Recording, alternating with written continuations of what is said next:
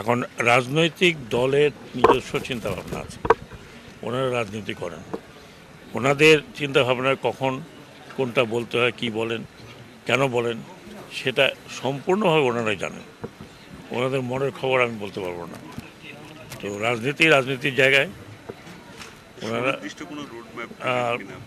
আমি তো যখন প্রধান উপদেষ্টা বলেছেন নিশ্চয়ই একটা সুনির্দিষ্ট রোডম্যাপ হবে, সংস্কারগুলো শেষ হবে, আশা করি সেগুলো আমরা দেখবো, এখনও শেষ হয়নি।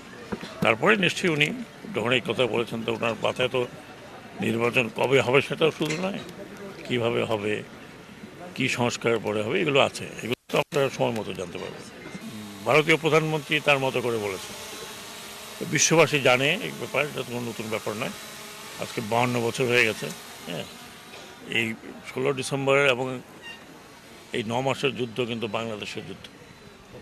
আমি শুধু এটুকু মনে করি যে এটা আমাদের যুদ্ধ, আমাদের প্রাণহানি হয়েছে, আমাদের মা বোনেরা সম্ভ্রমানি হয়েছে, এবং 9 মাস আমাদের দেশ একটা বড় ধরনের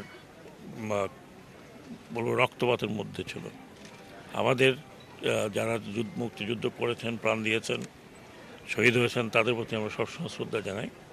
যারা বেঁচে আছেন আমি মনে করি তারাও আহত হবেন কোথায়, কারণ আমাদের যুদ্ধটি আমরা শুরু করেছিলাম, আমাদের যুদ্ধটি আমরা সমাপ্ত করেছি। সেখানে সাহায্য সহযোগিতা ডেফিনেটলি ভারতের ছিল, এতে কোনো সন্দেহ নেই। আমরা সেটাও স্মরণ করি এবং সবসময় স্মরণ রাখি একটা ফ্রেন্ডলি কান্ট্রি হিসেবে। এখন ওটা যদি ওনারা অন্যভাবে ইতিহাসে দেখেন সেটা ওনাদের ব্যাপার। আমরা আমাদের ইতিহাসে মনে করি আমাদের এই মুক্তিযুদ্ধ বিশ্বের অন্যতম শ্রেষ্ঠ ঘটনা যা ঘটেছে বিশ্ব ইতিহাসে।